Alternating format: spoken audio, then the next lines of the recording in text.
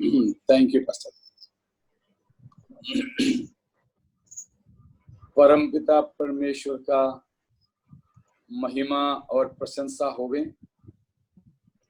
परमेश्वर के दासों और परमेश्वर के तमाम लोगों को प्रभु यीशु मसीह के पवित्र नाम में मसीही वंदना पेश करता हूं। आज भी फिर एक बार परमेश्वर के वचन लेकर हमें एकत्रित होने के लिए परमेश्वर ने मदद किया है, इसलिए मैं प्रभु का शुक्रिया अदा करता हूं। और बीते दिनों में हमारे प्रभु यीशु मसीह के जल्दी होने वाला आगमन, उसके वास्ते हमारी जिम्मेदारी क्या है, हम मनन कर रहे थे। तो हम शायद आखिरी में ये देखे थे कि हमें पाप मृत्यु के लिए या मृत्यु के लायक जो पाप है वैसा पाप नहीं करें। तो उसका मतलब गलत तरीके से नहीं लेना, उसका मतलब बाकी पाप हम कर सकते हैं जो मृत्यु के लायक नहीं, ऐसे मत सोचना, ठीक है। अगर वो क्या है हमने देखा, जानबूझकर हम जो पाप करते हैं वो पाप मृत्यु के लायक होता है। जानबूझकर हम जो पाप करते हैं उसके लिए मन फिराव नहीं हो पाते हैं। तो ये बहुत ही जरूरी हमने देखा कि हम कभी भी जानबूझकर पहले से योजना बनाकर पाप नहीं करें। तो ये अवश्य चाहिए कि हम जानबूझ करके नहीं पाप करना। विशेष दो बात है मृत्यु के लायक पाप के बारे में हम जो समझ सकते हैं। मृत्यु के लायक पाप हमने देखा है कि वो है, पहले बात तो जो हम जानबूझ करके करते हैं, जानबूझ करके किए जाने वाले पाप, वही हमने इब्रानियों की पत्री में से पढ़े थे। तो उन भागों को हम पढ़ने के कारण दोबारा उनमें जाने के लिए मैं नहीं चाहूंगा, लेकिन अवश्य हम जानबूझकर पाप नहीं करें। तो यिर्मयाह नबी उसके बारे में कहते हैं कि बिछोने पर लोग सोचते रहते हैं, और विशेषकर उसके यशायाह 30 अध्याय में कि तुम्हारे पाप के साथ में पाप को बढ़ाने के लिए 30 का पहला है, यशायाह पहला। यहोवा की वाणी है, हाय उन बलवा करने वाले लड़कों पर जो युक्ति तो करते परंतु मेरी ओर से नहीं, वाचा तो बांधते परंतु मेरी आत्मा के सिखाए नहीं, और इस प्रकार पाप पर पाप बढ़ाते हैं। हाँ, तो वे लोग पाप पर पाप बढ़ाते हैं, युक्तियां तो करते हैं, तो परमेश्वर की ओर से नहीं, तो सोच विचार करते हुए पापों में चले जाते हैं। उस प्रकार की स्थिति आने से परमेश्वर कहता है पहले से सोचते हैं, विचार करते हैं और पाप करने की योजना बनाते हैं। तो उस प्रकार सोच समझकर, पहले से युक्ति बनाकर, पहले से विचार करते हुए जानबूझ करके जो पाप करते हैं उसके लिए माफी नहीं होता है, उसके लिए माफी नहीं होता। तो उस प्रकार कभी भी नहीं होना चाहिए कि जानबूझ करके पाप करें। दूसरी बात हमने ये देखा कि पापों में बने ना रहें। मानो जानबूझ करके नहीं, अचानक से हो जाता है। उसके लिए तो लोग, कुछ लोग इस प्रकार कहते हैं कि सिंसियर सिंस मतलब पहले से सोच समझ के नहीं, लेकिन अचानक से हो जाता है। ऐसे भी कभी कभी हमारे जीवन में पाप होता है, बड़े गंभीर पाप उस प्रकार भी होता है, अचानक से, जल्दी से, तो सोच के नहीं, किसी को गाली देने के लिए सोच के नहीं गया, किसी को या कुछ बुरा करने के लिए सोच करके नहीं, लेकिन हो गया। जैसे दाऊद का पाप, वो छत पे टहलने के लिए गया, तब उसने आंखों से पाप किया, फिर तो वो पाप उस प्रकार बढ़ता गया। परमेश्वर ने इस्राएलियों को दिए 10 आदेश में से 10वां आज्ञा उसने पहले तोड़ा, उसके बाद उसने 7वां तोड़ा, फिर 6वां तोड़ा। इस प्रकार वो परमेश्वर की आज्ञाओं को तोड़ता चला गया, लेकिन उसका जो पाप का शुरुआत था, सोच समझ के नहीं, बड़ा गंभीर पाप हो गया, बहुत ही गंदे तरीके से उसने पाप किया, लेकिन अचानक से हो गया था, अचानक से। तो उसी प्रकार कुछ भी हमारी जिंदगी से भी हो सकता है, अचानक से कुछ पाप हो, पांव फिसल करके गिर जावे, ऐसे कुछ हो, तो उसी में हम बने ना रहें। तो बहुत लोगों के पाप यह नहीं कि वे पाप करते हैं, लेकिन उनके पाप ये हैं कि पाप में वे बने रहते हैं। एक बार और मैं बोलता हूं कि बहुतों के लिए पाप यह नहीं कि वे पाप करते हैं या उनसे पाप हो जाता है, लेकिन उनका पाप ये होता है कि वो पापों में बने रहते हैं। तो कुछ लोग हैं अचानक से पापों में गिर तो जाते, लेकिन उसमें से वापस आने के लिए, मन फिराने के लिए नहीं चाहते, पापों में ही वे बने रहते हैं। ये कभी भी हमारे जीवन में नहीं होना चाहिए। जैसे कि एक सकरा पुलिया, वो पुल में से एक बकरी की बच्ची या एक मेमना जा रही थी, पांव फिसली, नीचे गिरी, नीचे तो कीचड़ थी। वो कीचड़ में वो बकरी की बच्ची गिरते ही हमें मालूम वो चिल्लाना शुरू कर देती है। ऐसे चिल्लाती है कि बहुत ही खतरनाक तरीके से। उस प्रकार वो जब चिल्लाती है, शायद कोई आकर के उसको बचा लेते, नहीं तो वो खुद भी कैसे भी कोशिश करके कीचड़ में से बाहर आती है।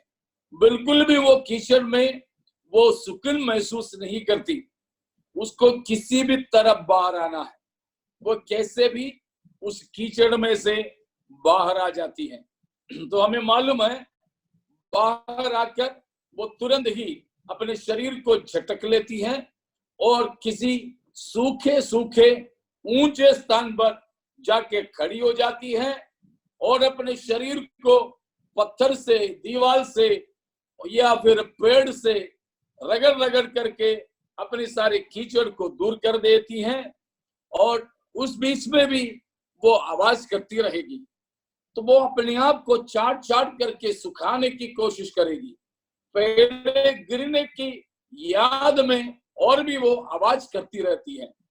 उसके बाद में मानो हम उस कीचड़ में उसको ले जाना चाहें, शायद वो पुलिया के ऊपर भी दोबारा वो चढ़ने के लिए हिम्मत नहीं रखती है। उसको हमें उठा के ले जाना पड़ता है, कभी आगे वाले पांव बिल्कुल आगे की तरफ करके, पीछे वाली पे जोर लगा के वो पीछे अपने आप को खींचती है। हम कितने भी खींचे तो वो नहीं आती, उठा के ले जाना पड़ता था। लेकिन उसी रास्ते से एक सुअर की बच्ची भी आ गई और उसी जगह पर जहां बकरी की बच्ची फिसली थी, वो भी फिसली और उसी कीचड़ में गिरी जो बकरी की बच्ची गिरी थी। लेकिन वहां तो वो गीत गाती रहेगी, आनंद है, आनंद है, आनंद है। उसको तो वहां आनंद ही मिलता है। अगर उस कीचड़ में से कोई उसको उभारना चाहे, वो नहीं चाहेगी। कैसे भी उसको वहां से निकाल के नहला के शैम्पू वगैरह लगा कर भी नहला दो और सेंध लगा लो, सब कुछ है, मगर फिर से वो उसी ताक में रहेगी। पहले वाले रास्ते पे चले, उसी जगह पे जहां पहले फिसली थी, ना भी फिसले तो भी जानबूझ करके फिसल कर गिर जावे। कुछ बच्चे तो ऐसे होते हैं ना, वैसे ही देखिए यहाँ पर हम यीशु मसीह की आगमन की बाट जोते रहते हो, तो हमको क्या चाहिए? हमको इनमें से किसकी तरह चाहिए? बकरी की बच्ची की तरह या सुवर्ण की बच्ची की तरह? हमें मालूम है सुवर्ण की बच्ची की तरह पापों में हम बने नहीं रहे। पाप में हम बने न रहते हुए कैसे भी जितना जल्दी हो सके पाप से हमको बाहर निकलना है। वो है मृत्यु के लायक पाप। दो विशेष बातों को मैंने कहा। मृत्यु के लायक पाप वो पाप होता है जो जानबूझ करके हम करते हैं। दूसरा वो पाप है जिसमें हम बने रहते हैं, लगातार पाप करते रहते हैं। प्यारो, ये दोनों ही हमारी जिंदगी में नहीं होना चाहिए। जानबूझ करके भी पाप नहीं करे और पाप में हम लगातार नहीं रहें। कैसे भी कभी भी हमारे जीवन में कुछ गलती, कुछ पाप हो जाता है, तो जितने जल्दी हो सके उसमें से हमें वापस आना है। पापों में हमें बने नहीं रहना है। देखिए, यीशु मसीह के चेले, यहूदा इस्करियोता भी यीशु के चेला था, पतरस भी यीशु मसीह के चेला था। मसीह के क्रूस की मृत्यु के सिलसिले में इन दोनों ही ने पाप किए थे, लेकिन उन दोनों के व्यवहार में, बाद की प्रतिक्रिया में बहुत ही फर्क आया। क्या आया फर्क? यहूदा पाप करने के बाद पछतावा तो हुआ, लेकिन अपने पाप से वे उद्धारकर्ता के पास वापस नहीं आया। लेकिन पतरस ने भी पाप किया था, मगर पतरस ने पाप करने के बाद पछताया, पश्चाताप किया और प्रभु की ओर अपने पाप को छोड़ता हुआ वापस आया। जो वापस नहीं आया, पाप में बना ही रहा, वो खुदकुशी कर लिया, अपना जान को नष्ट कर लिया। लेकिन जिस व्यक्ति ने अपने पाप से वापस आया, मन फिर आया, परमेश्वर के पास आया, वो परमेश्वर में फिर से जुड़ गया, परमेश्वर के सेवा में आगे बढ़ने लगा। देखिए, इनमें यहूदा की तरह हम नहीं होना चाहिए। हमने जो कहा हुआ मृत्यु के लायक ये दोनों पाप यहूदा में हुआ, ये दोनों पाप पतरस में नहीं हुआ। समझ में आ रहा है आप लोगों को ना? बराबर सुनाई दे रहे हैं? हाँ जी। ठीक है। तो हमने देखा कि मृत्यु के लायक पाप दो प्रकार के, एक है कि जानबूझ करके पाप करना। यहूदा इस्करियोती का पाप देखो, उसने पहले से यीशु मसीह को पकड़वाने की योजना बनाया था। यहूदा का पाप और पतरस का पाप, दोनों में क्या फर्क है? यही हम देख रहे हैं कि यहूदा ने जो पाप किया, जानबूझ करके पहले से योजना बनाकर उसने पाप किया था। लेकिन पतरस ने पहले से योजना बना के पाप नहीं किया। वो यीशु मसीह के इंकार करने के लिए चाहा नहीं था। यीशु मसीह के इंकार पतरस करेगा, पतरस खुद को नहीं मालूम था। बस उसका गलती यही था, यीशु मसीह ने उसको पहले बोला था तो भी उसने माना नहीं, ये उसकी गलती हुआ। तो पतरस पाप पहले से सोचकर योजना बना करके नहीं किया, जबकि यहूदा इस्करियोती ने पहले से पाप करने का योजना बनाया, उसके लिए उसने बातें किया, उसके लिए उसने अवसर ढूंढा, उसके लिए मजदूरी उसने लिया, घूस लिया बोल सकते हैं, और यीशु मसीह को पकड़वाने की इरादे में पहले से वो तैयारी करता था। उसी प्रकार हमारे पाप ना हो। और दूसरी बात, वो पाप करने के बाद वो पाप से पश्चाताप करता हुआ यीशु मसीह के पास नहीं आया, अपने पापों को उसने त्यागा नहीं, परंतु वो पाप करने के बाद भी मनुष्यों के पास जाता रहा। पाप उसमें वो बढ़ता चला गया, जिससे वो शारीरिक मृत्यु भी पाया, उससे बढ़कर अनंतकालीन मृत्यु में वो पहुंच गया। लेकिन पतरस जानबूझकर नहीं, अचानक से हो गया था उसका वो पाप, यीशु मसीह का इंकार करने वाली बात। लेकिन उसने उसी के बारे में पश्चाताप करता हुआ वापस आया, मसीह के करीब आया, मसीह से अपने रिश्ते को जोड़ा।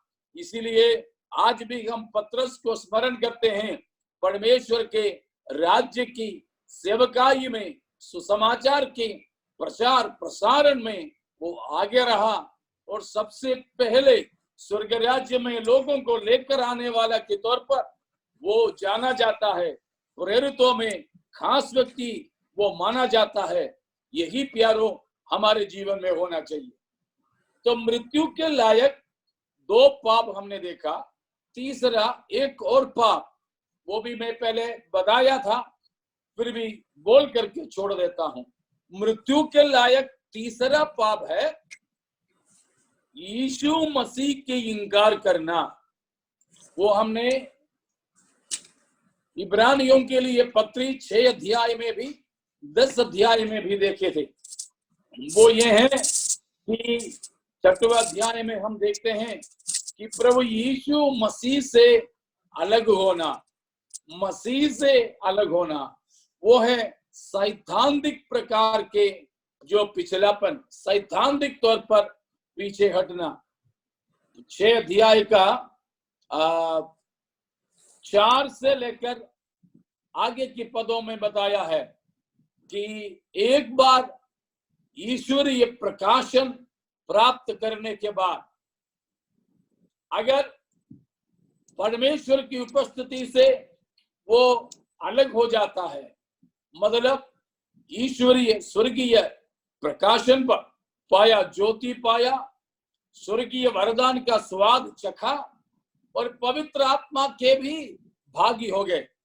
5वां पद में बताया है वो परमेश्वर के उत्तम वचन और आने वाले युग की सामर्थ्यों का भी स्वाद चख चुका है। लेकिन 6ठे पद में बताते हैं वो व्यक्ति अगर भटक जाएं तो उन्हें मन फिराव के लिए फिर नया बनाना अनहोना है, क्योंकि वे परमेश्वर के पुत्र को अपने लिए फिर क्रूस पर चढ़ाते और प्रकट में उस पर कलंक लगाते हैं। ऐसों के लिए मन फिराना मुश्किल है। कौन जानबूझकर यीशु मसीह को छोड़ देते हैं, जानबूझकर यीशु मसीह की इंकार करते हैं, जानबूझकर मसीह से अलग हो जाते हैं। बिल्कुल भी सैद्धांतिक पिछलापन, मन फिराव के लिए अनहोना स्थिति में लोगों को लेकर जाते हैं। वही बातें हमने 10वां अध्याय का भी 26 से लेकर 31 तक के पदों में पहले पढ़े थे, तो दोबारा पढ़वाना मैं नहीं चाहूंगा।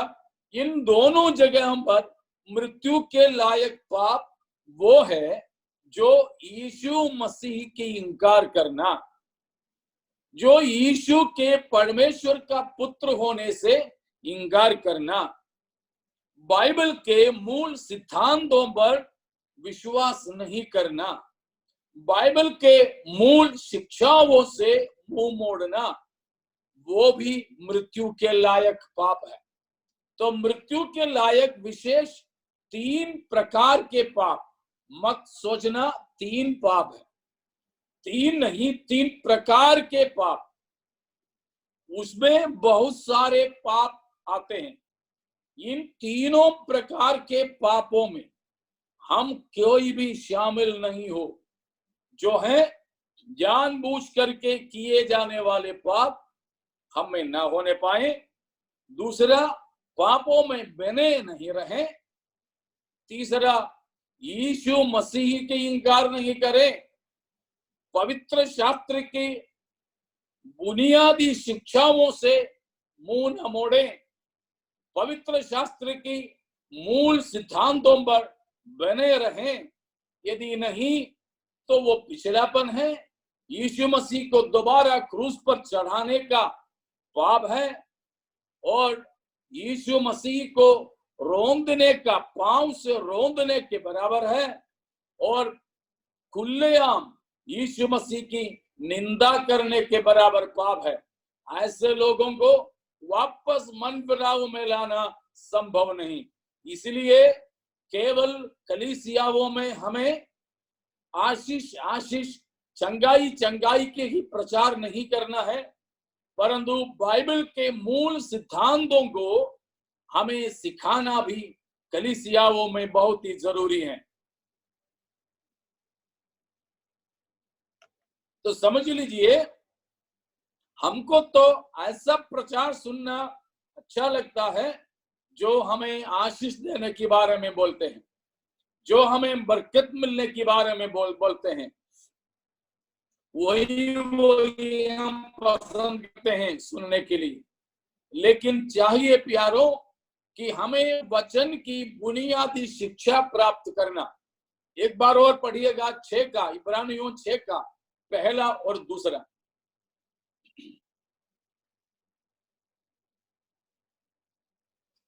वहां बताया है कि अगर हम फिर से मसीह यीशु की शिक्षा की आरंभ की बातें बार बार सीखते रहें, सिखाते रहें, तो वो आध्यात्मिक तौर पर बढ़ने वाली बात नहीं।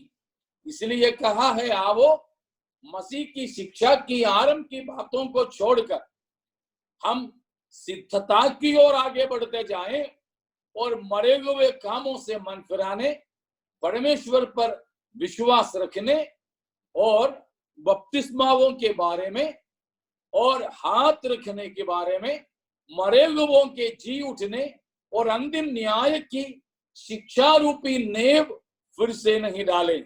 ये सब तो है नींव की शिक्षा है। ये सब जो है नर्सरी की क्लास है। ये सब बिल्कुल ज्यादा से ज्यादा एलकेजी यूकेजी वाले क्लास है। उसी में फिर से नहीं रहे, हम बढ़ते चले जाएं। तो प्यारों, मैं आपको बताऊं कि हमको सुनने के लिए, समझने के लिए कठिन लगे तो भी पवित्र शास्त्र की बुनियादी शिक्षाओं को हमें प्राप्त करना है। वचन की मूल सिद्धांतों पर हमें ध्यान देना है। उसको सीखना भी सिखाना भी चाहिए, सीखना भी सिखाना भी चाहिए। लेकिन हमारे कलीसियाओं में लोग ये बहुत बड़ी गलती करते हैं कि वचन की शिक्षा पर ध्यान नहीं देते। केवल हमको थोड़ा सा उकसाने वाले, हमको थोड़ा भावुक बनाने वाले प्रचार ही प्रचार हम करते, या वही हम सुनने के लिए चाहते हैं। नहीं प्यारों, हम इसीलिए हमारे कलीसियाओं में 2 प्रकार की सेवकाई हर संडे के दिन में रखा है। पहले भजन संहिता की सेवकाई, उसके बाद प्रचार की सेवकाई। भजन अक्सर क्या करते थे, भजन संहिता की सेवकाई में लोगों को थोड़ा सा मक्खन लगाने की जैसे, उनकी मलम पट्टी बांधने की जैसे होता था कि वो चाहे जिंदगी में कहीं घाव से आए हो, कहीं चोट पहुंचे हो, किसी बात पे निराश या हताश हो, तो उनको सांत्वना देने के लिए भजन संहिताओं में से थोड़ा समय प्रचार करते थे। लेकिन कम से कम 1 घंटा आखिरी में प्रचार होता था वो भजन संहिता में जैसे था वैसे नहीं। चारा पानी खिलाने का काम पहले भजन संहिता में था, लेकिन ऑपरेशन करने वाली बात थी दूसरा जो प्रचार का सत्र में। उसमें वचन की शिक्षा के बारे में बताते थे, खुदा का कलाम किसके बारे में हम बताते हैं, खुदा के बारे में क्या है, ये सब बातें बताते थे। ये जरूरी है प्यारो, यदि नहीं वचन की शिक्षा से हम चले जाएंगे। देखिए अभी तो यीशु मसीह के बारे में, परमेश्वर के बारे में, पवित्र शास्त्र वचन के बारे में, पवित्र आत्मा के बारे में हम क्या जानते हैं।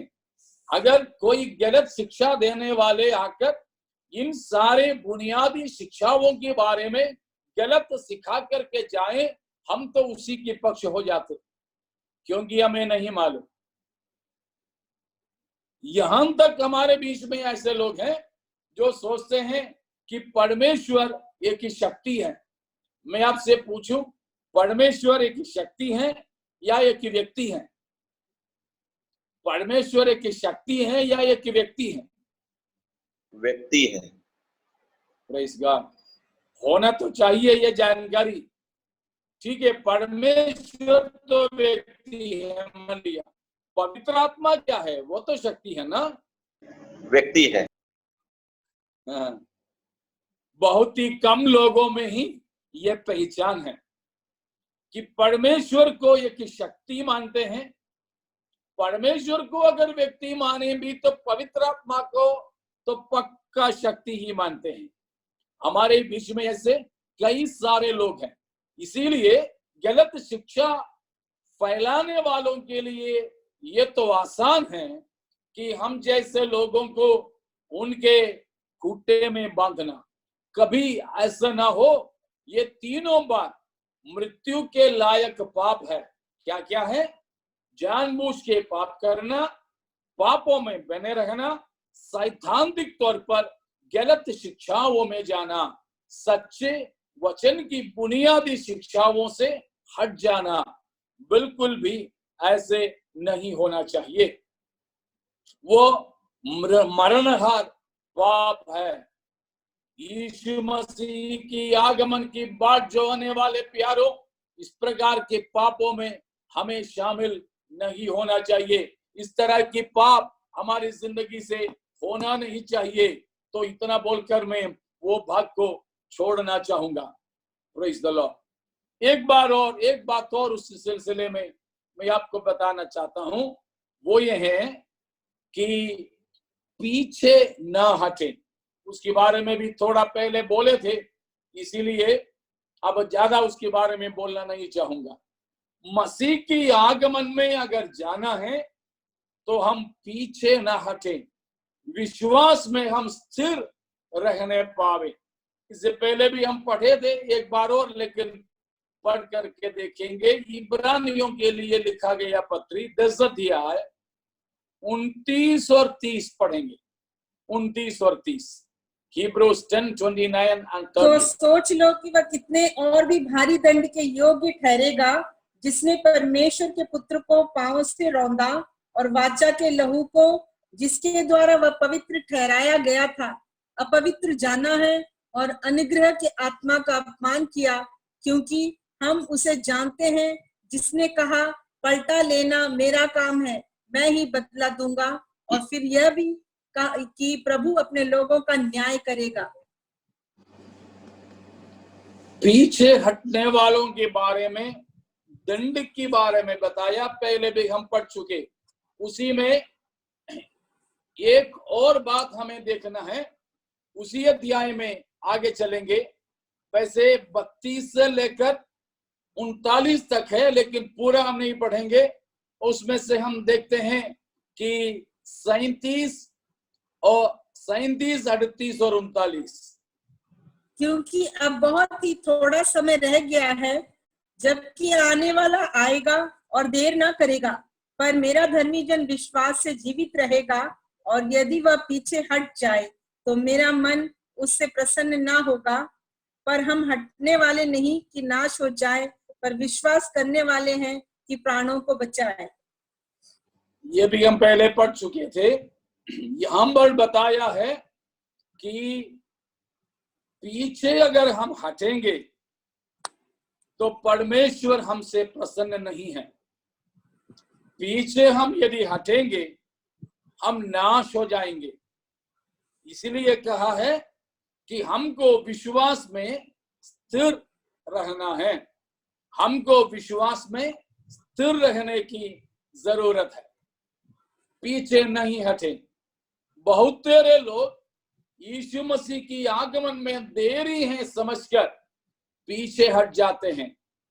अभी टाइम है करके हम लोग जो गाड़ियों में कभी सफर करते हैं तो हम रात के समय में, भोर के समय में सब होते, तो जरा देख लेते हैं स्टेशन आने के लिए टाइम है क्या।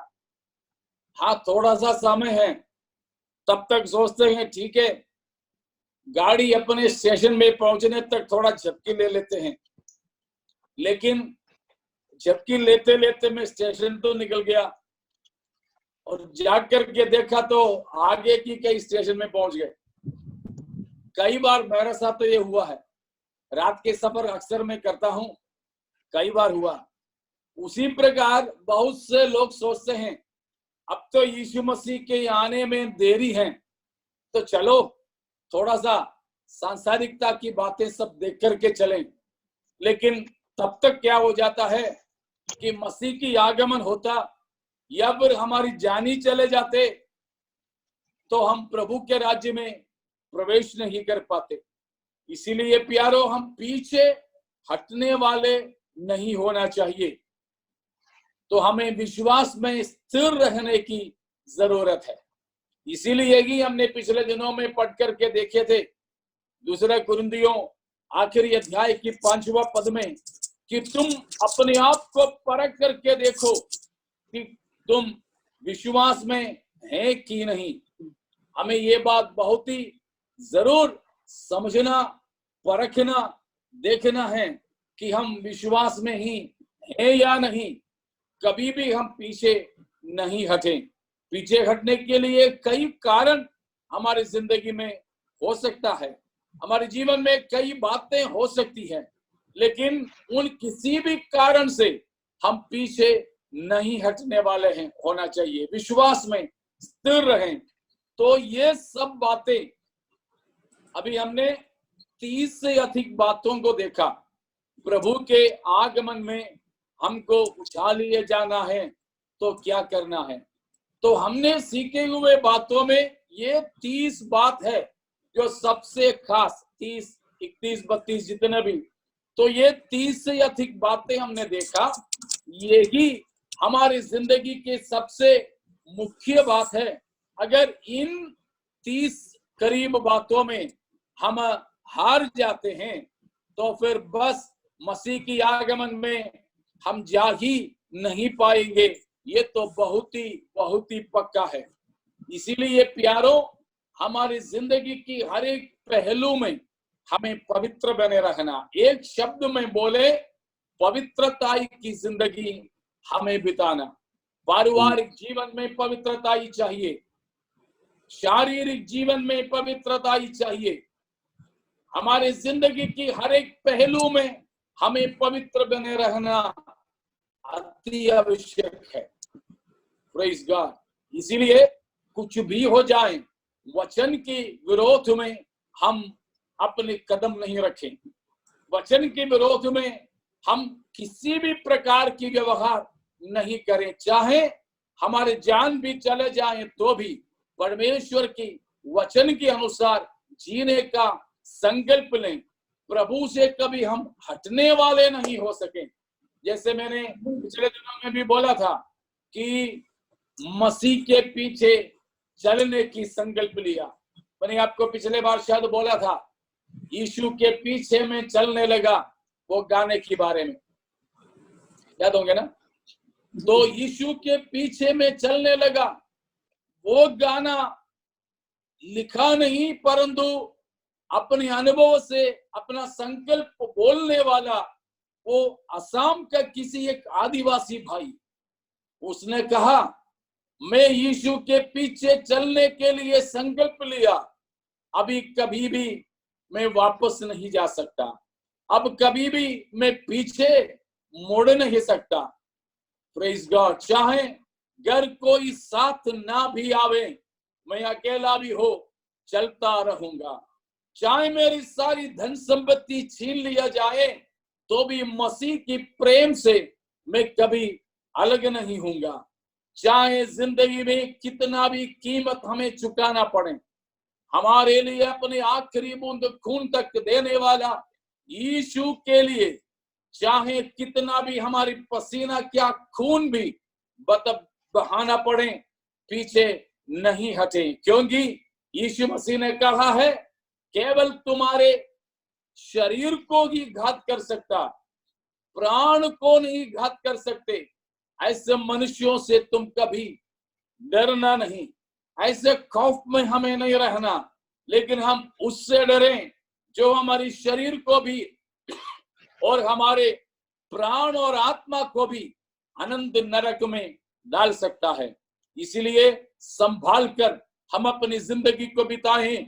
एकमात्र लक्ष्य हमारे प्रभु यीशु मसीह की आगमन, और कुछ भी हमारे लक्ष्य नहीं होना चाहिए।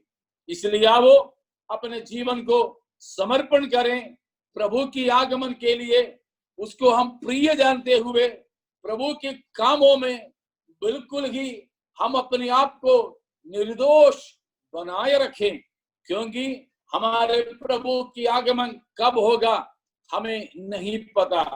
हर एक बात में हमें विश्वास योग्य बने रहना है, हमें विश्वास योग्य बने रहना है। We have to be faithful, विश्वास योग्य हमें बने रहना चाहिए। तो आइए अपने जीवन को समर्पण करते हुए आगे को हम बढ़ेंगे, हम अगले विषय में प्रवेश करेंगे। तो इतने में शायद आपको कोई शक नहीं है, किसी ने ऐसे कुछ सवाल नहीं किए थे, तो मुझे लगता है कोई शंका किसी को नहीं है। ठीक है, इसलिए हम आगे जाने के लिए चाहते हैं और इस संसार के तमाम प्रकार की अशुद्धता और पापों से हम बचे रहें।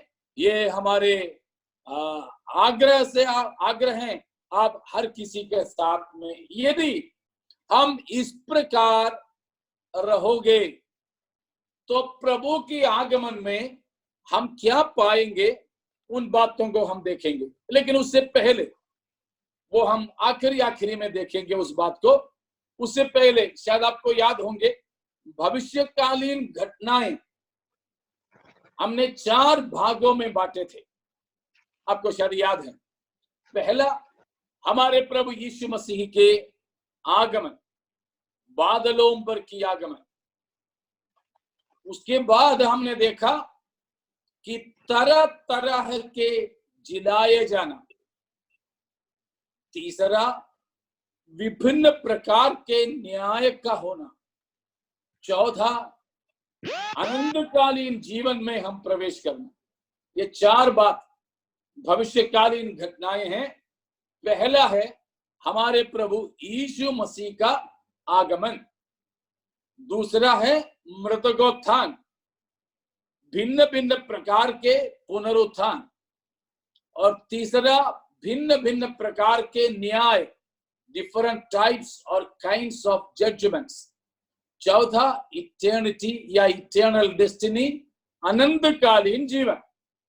इनमें से हमने पहला हिस्सा देख रहे थे हमारे प्रभु यीशु मसीह के आगमन। मसीह के आगमन के भी हमने 2 पहलू को देखा। एक है भक्तों के लिए, कलीसिया के लिए बादलों तक आना, और दूसरी बात हमने देखा कि यीशु मसीह अपने भक्तों के साथ में पृथ्वी पर आना। उसमें हमने देखा यीशु मसीह की आगमन के समय में 3 प्रकार के आवाज होंगे। याद होंगे ना आपको कि पहला यीशु मसीह का ही ललकार, परमेश्वर का मौखिक वचन। दूसरा प्रधान दूत का शब्द और तीसरा परमेश्वर की तुरही। उसका मतलब भी हमने बताया था। प्रभु आप ही स्वर्ग से उतरेगा, तब ललकार होगा। वो ललकार क्या होगा मैंने आपको बताया था। आप में से लगभग आधा लोग उस समय शायद नहीं थे, बाकी लोग थे, उनको याद जरूर होंगे। मसीह के ललकार क्या होगा? ललकार खास तौर पर क्या होगा बाइबल में नहीं लिखा, लेकिन यह हो सकता है कि जैसे भजन 50 का 3 में बताया, उसी प्रकार कि बलिदान चढ़ाकर मुझसे वाचा बांधे हुए पवित्र लोगों को मेरे पास इकट्ठा करो। मसीह की ललकार का ध्वनि ये हो सकता है। पढ़ लीजिए 50 का 3 भजन। हमारा परमेश्वर आएगा और चुपचाप ना रहेगा। आग उसके आगे आगे भस्म करती जाएगी और उसके चारों ओर बड़ी आंधी चलेगी।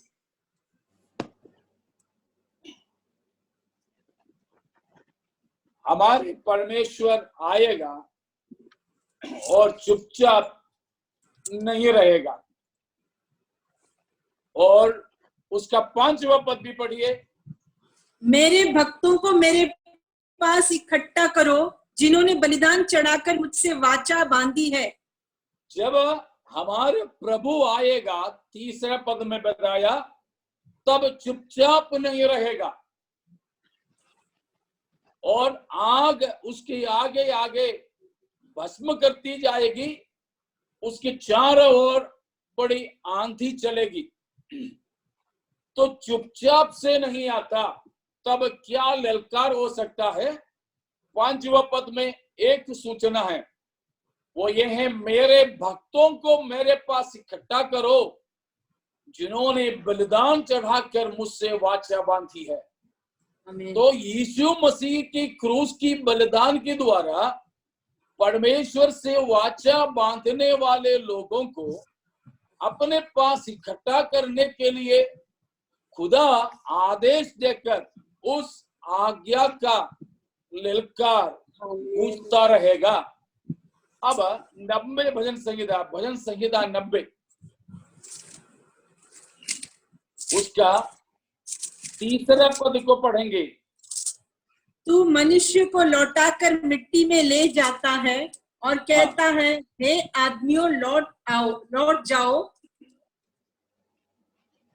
वहां पर भी 2 प्रकार की लौटाना बताया है।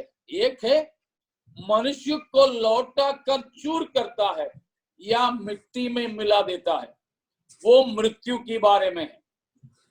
मनुष्य को परमेश्वर मृत्यु के द्वारा मिट्टी में पहुंचा देता है, लेकिन उसके बाद परमेश्वर कहता है, हे आदमियों लौट आओ। वो मृत्यु से वापस बुलाने का प्रभु के ललकार है। मृत्यु से मरे हुओं को जिलाने का एक ललकार है कि हे आदमियों तुम लौट आओ। पहले तो मनुष्य को मिट्टी में लौटाता, उसके बाद मिट्टी से लौटाता। उसके बारे में है, हम यूहन्ना 5 अध्याय में पढ़ते हैं। यूहन्ना 5 अध्याय प्रभु यीशु मसीह ने वहां पर कहा 25वां पद में, मैं तुमसे सच सच कहता हूँ कि वह समय आता है और अब है, जिसमें मृतक परमेश्वर के पुत्र का शब्द सुनेंगे और जो सुनेंगे वे जिएंगे। 28 इससे अचंभा मत करो, क्योंकि वह समय आता है कि जितने कब्रों में हैं वे उसका शब्द सुनकर निकल आएंगे। आगे भी, जिन्होंने भलाई की है वे जीवन के पुनरुत्थान के लिए जी उठेंगे और जिन्होंने बुराई की है वे दंड के पुनरुत्थान के लिए जी उठेंगे।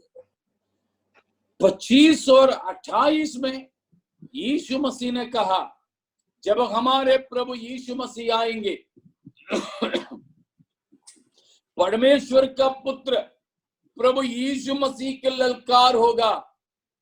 25 पद में बताया, वह सब लोग नहीं सुनेंगे, लेकिन मुर्दों में से कुछ लोग सुनेंगे।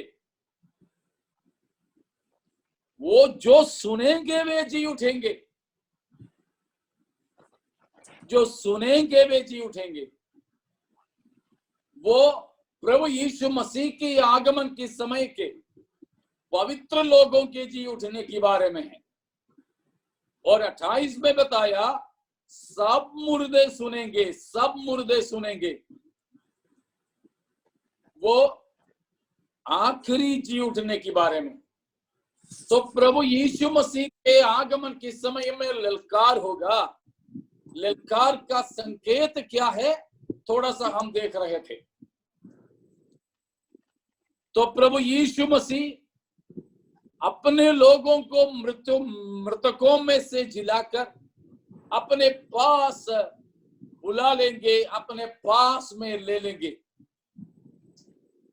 और प्रधान दूत का शब्द सुनाई देगा। प्रधान दूत हमें मालूम है कौन है।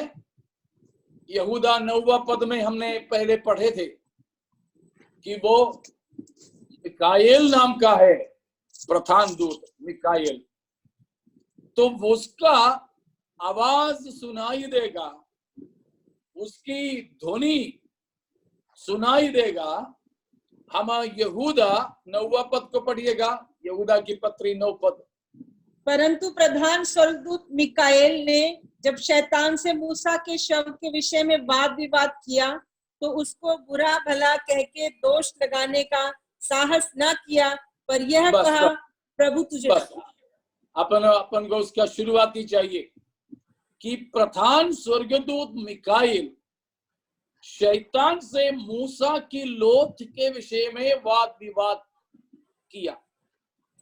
तो प्रधान दूत शैतान से यहां लड़ते हुए समझ आता है, किस विषय में? मूसा के शरीर के विषय में। मूसा मर गया।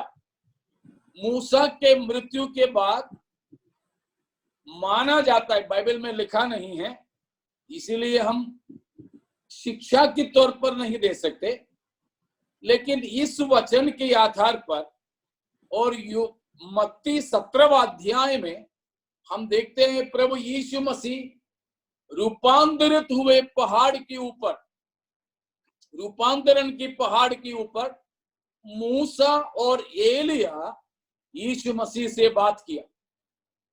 तो एलिया तो हमें जानते हैं कि वो जीते जी ही स्वर्ग उठा लिया गया था, लेकिन मूसा मर गया करके व्यवस्था विवरण की आखिरी भागों में लिखा है।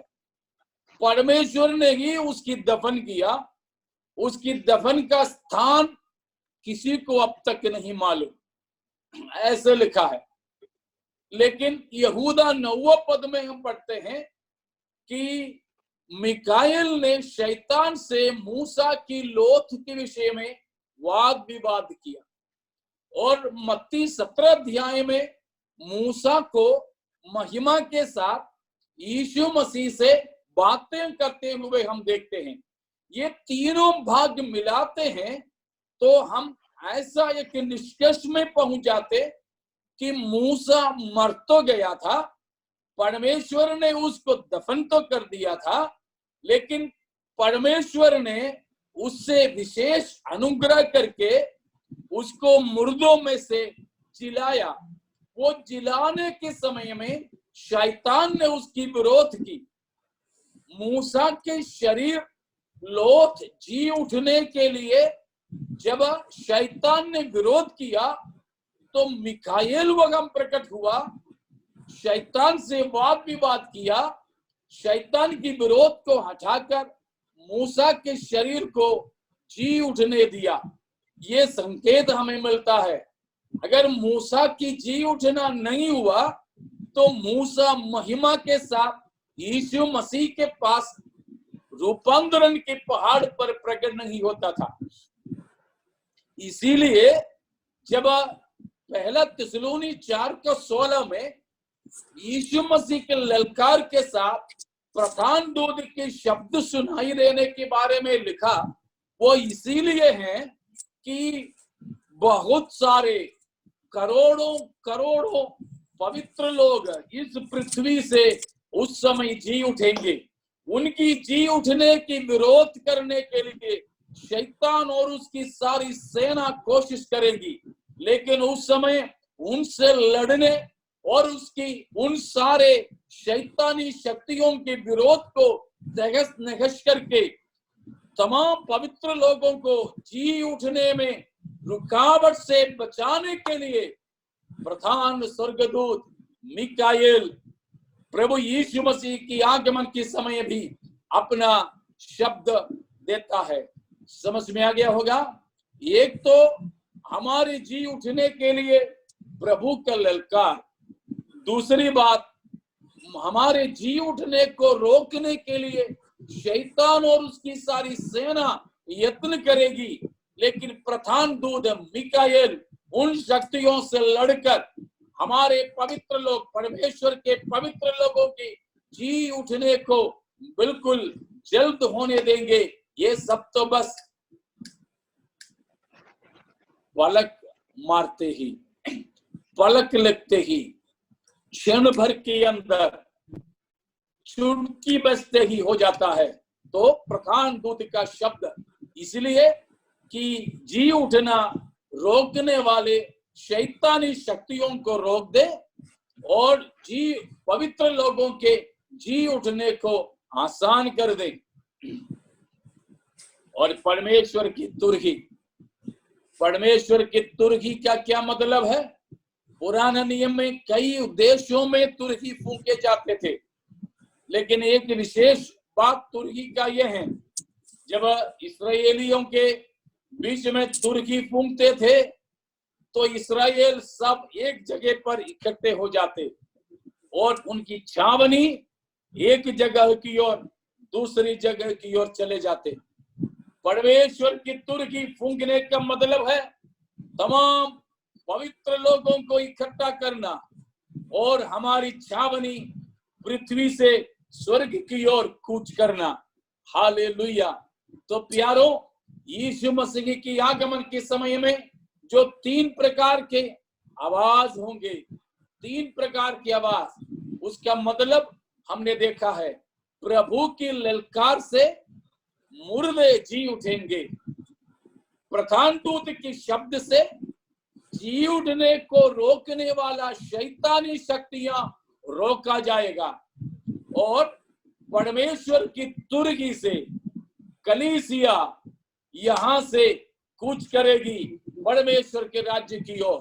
तो 3 प्रकार की आवाज मसीह की बादलों पर की आगमन के समय में होगा, जिससे कलीसिया पृथ्वी से चली जाएगी, जिससे कलीसिया यहां से उठा ली जाएगी।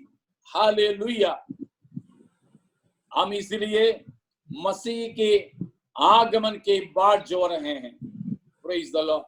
ये प्रभु यीशु मसीह का दूसरे आगमन की प्रथम पहलू, जो रहस्यमय आगमन कहते हैं। रहस्यमय आगमन इसीलिए कि संसार के सब लोगों को दिखाई नहीं देगा, क्योंकि उतना वक्त नहीं लोगों को देखने के लिए। झट से पार होने वाले किसी चीज हमारी नजर में नहीं पड़ते। हमारी नजर दौड़ती चीजों को पकड़ने के लायक नहीं है। साधारण कैमरा से दौड़ने वाले किसी की फोटो नहीं ले सकता, उसके लिए अलग प्रकार की कैमरा चाहिए। कैमरा में क्या है? हमारी आंखों के जैसा आंख कैमरा में लगे हैं, तो हमारी आंखों से दौड़ते चीजें दिखते नहीं। ठीक वैसे ही प्रभु यीशु मसीह की आगमन टिकते नहीं, लेकिन क्षण भर के अंदर ये सब कुछ हो जाता है। संसार के लोगों को मसीह दिखाई नहीं देता है, मसीह दिखाई नहीं देगा। इसीलिए यीशु मसीह की बादलों पर की आगमन को हम मसीह का गुप्त आगमन कहते हैं। और समय भी हमें नहीं बताया, इसलिए भी उसको गुप्त आगमन कहते हैं। उस आगमन की हम बाट जो रहे हैं, लेकिन उसके करीब 7 साल के बाद, करीब 7 साल के बाद प्रभु यीशु मसीह इस धरती पर महिमा के साथ उतर आएंगे। हालेलुया। तब हम भी मसीह के साथ होंगे, जैसे कुलुस्सियों 3:4 में बताया कि जब यीशु मसीह महिमा के साथ प्रकट होंगे, तब हम भी उसी के साथ महिमा में प्रकट होंगे। तो फिलिपियों नहीं, कुलुस्सियों 3:4, जब हमारे जीवन, यीशु मसीह जो हमारे जीवन है, महिमा के साथ में प्रकट होंगे, तब हम भी उसके साथ महिमा सहित प्रकट किए जाएंगे। तो मसीह यीशु स्वर्ग से पृथ्वी पर महिमा के साथ आने का तस्वीर हम प्रकाशित वाक्य 19 अध्याय 11 से लेकर 16 तक पढ़ते हैं। तो मैं आपको उससे पहले 2 और बात बताना चाहता हूं। यीशु मसीह बादलों पर आएंगे, हमको लेकर जाएंगे, कलीसिया को लेकर अपने पिता के घर में, स्वर्ग में लेकर जाएंगे। ये मत सोचना कि बादलों पर हम लटकते रहेंगे, नहीं। बादलों से हम बादलों पर उठा लिए जाएंगे, मसीह बादलों पर आएंगे, हम सबको लेकर मसीह अपने पिता के घर में जाएंगे। वहां जाने के बाद पवित्र लोगों के न्याय होगा, हमारे प्रतिफल बांटेगी, जिसके बारे में हम पहला कुरिन्थियों 3:10 से 15 तक पढ़ते हैं और दूसरा कुरिन्थियों 5:10 में पढ़ते हैं। उसको हम अलग से लेंगे, इसलिए अभी हमें विवरण नहीं देता हूं, ठीक है। तो 4 बात याद रखें। पहली बात, यीशु मसीह बादलों पर आएंगे, कलीसिया को उठा लेंगे। उसके बाद हमारे न्याय होगा, पवित्र लोगों के न्याय होंगे, प्रतिफल बांटा जाएगा, प्रतिफल बांटा जाएगा। हो सकता है उसके लिए 7 साल लगे, हो सकता है 7 साल लगे। तीसरी बात ये होगा कि मसीह के साथ कलीसिया के विवाह, उसके बारे में मैंने पिछले बार बताया था, तो अब विवरण दूंगा नहीं। जैसे प्रकाशित वाक्य 19 अध्याय की 7 से लेकर 10 तक की पदों में बताया है कि वहां पर मेमने का ब्याह के बारे में, कलीसिया की विवाह के बारे में बताते हैं, ठीक है। मेमने का ब्याह होने के बाद प्रभु यीशु मसीह कलीसिया के साथ पृथ्वी पर उतर आ रहे हैं। 4 बात आपको समझ में आ गया होगा। पहला, कलीसिया की उठा लिया जाना, मसीह के बादलों पर आना।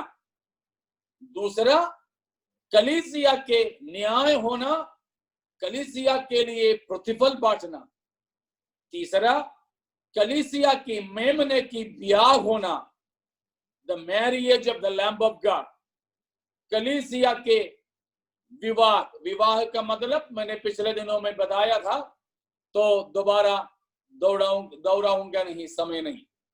चौथी बात है, अभी हम जो देखने जा रहे हैं वो है 19 अध्याय प्रकाशित वाक्य, उसकी 11 से लेकर के पदों में लिखा हुआ प्रभु यीशु मसीह की महिमामय आगमन। प्रभु यीशु मसीह की महिमामय आगमन क्या है, उसको पढ़ लीजिए। फिर मैंने स्वर्ग को खुला हुआ देखा, और देखता हूँ कि एक श्वेत घोड़ा है और उस पर एक सवार है जो विश्वास योग्य और सत्य कहलाता है और वह धर्म के साथ न्याय और युद्ध करता है। इसका 11 से लेकर 16 तक इसी बारे में बताया है। आप इसमें वापस आएंगे हम, लेकिन एक क्षण के लिए हम चले जाएंगे 6 का पहले में। 6 का पहला,